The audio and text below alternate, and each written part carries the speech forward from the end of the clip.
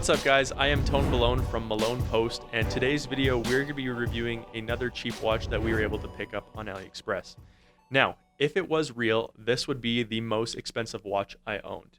So the real version of this watch is called the Hublot Spirit of Bang Chronograph Sapphire 42mm. And that's what makes it so expensive is the sapphire case. That brings it in at just under $100,000 US. This one here we got for just 26 US. Now, I thought it would be really cool to go for, a different style of watch where it was this clear top to it, and I thought it looked kind of unique. However, I think this is probably the worst watch we've ever reviewed, and we've reviewed some bad ones. So this watch here is called the Onola Clear Transparent Plastic Chronograph Luxury Top Men's Brand, whatever they always do for their really generic names. It'll be linked down below on AliExpress, though. Now, when you're comparing it to the real one, it has a couple key differences that it's missing. Number one be the first thing you always see when you look at a Hublot watch is going to be the H screws in the top. This doesn't have any of the H screws holding the case together. They're all pretty generic, just, flathead screws.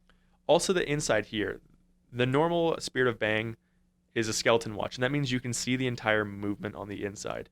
Now, instead of leaving it and just doing it clear and showing the movement, they put like a fake skeleton behind it that we'll try and show you guys. It looks terrible. It doesn't look good at all.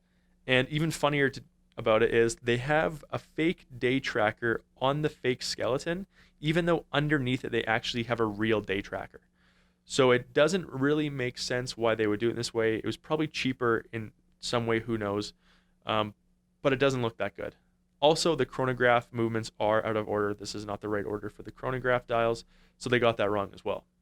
Now, the last big one to do with the real Hublot would be the case. Now, the reason you're paying over $100,000 in the real one is going to be this case would be entirely made of a clear sapphire material. It's incredibly expensive. It's incredibly hard. They can't do that for the same price, so it's plastic. When this came in the mail, I thought the package was actually empty because I picked up the package. It felt like literally cardboard. When you're dealing with these fake cheap metals, plastic top, crappy rubber strap, it feels like nothing, and it's just really not a good watch. And I've said a lot of good things about pretty crappy watches, but this is the most I've actually been disappointed in one.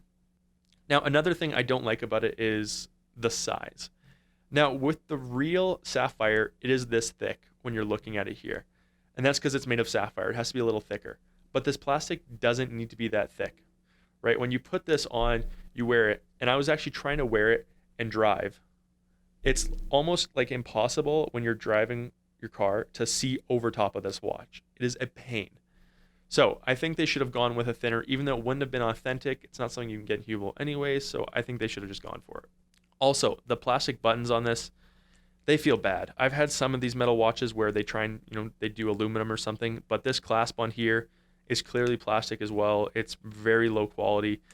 The rubber strap, I did say before, a rubber strap is a rubber strap, and I don't know why Hublot was, so ingrained in their heritage of their rubber strap and how it took 50 years to make. And I said before it didn't matter, but now it does, because this is the cheapest one I've felt. We have some other watches that were half the price that the rubber strap is a lot higher quality, and that's a problem. Next would be the buttons on here. So here, let's listen to these buttons for the chronograph.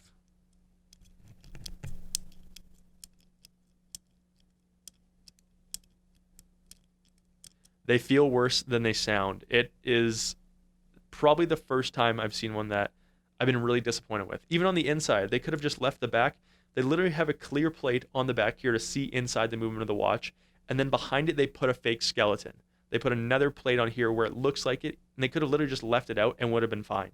This is the most expensive, cheap watch we've ever bought, and it feels the worst. It literally feels worse than some of the ones that we bought that were $1. Now, there are a couple things I obviously do like about it. They have the quick release strap on the back for the rubber, so it's a nice touch. It makes it easy to put on. It's really low quality though, but it is, makes it simple to take on and off. The chronograph surprisingly works, which I wasn't expecting. Just the buttons themselves are really low quality. And from afar, it actually started to grow on me. When I first saw it, I didn't like it on myself, but then I saw someone else wearing it, in and around our office, and it looked pretty good. So from afar, it looks like a cool design. It looks like a cool watch.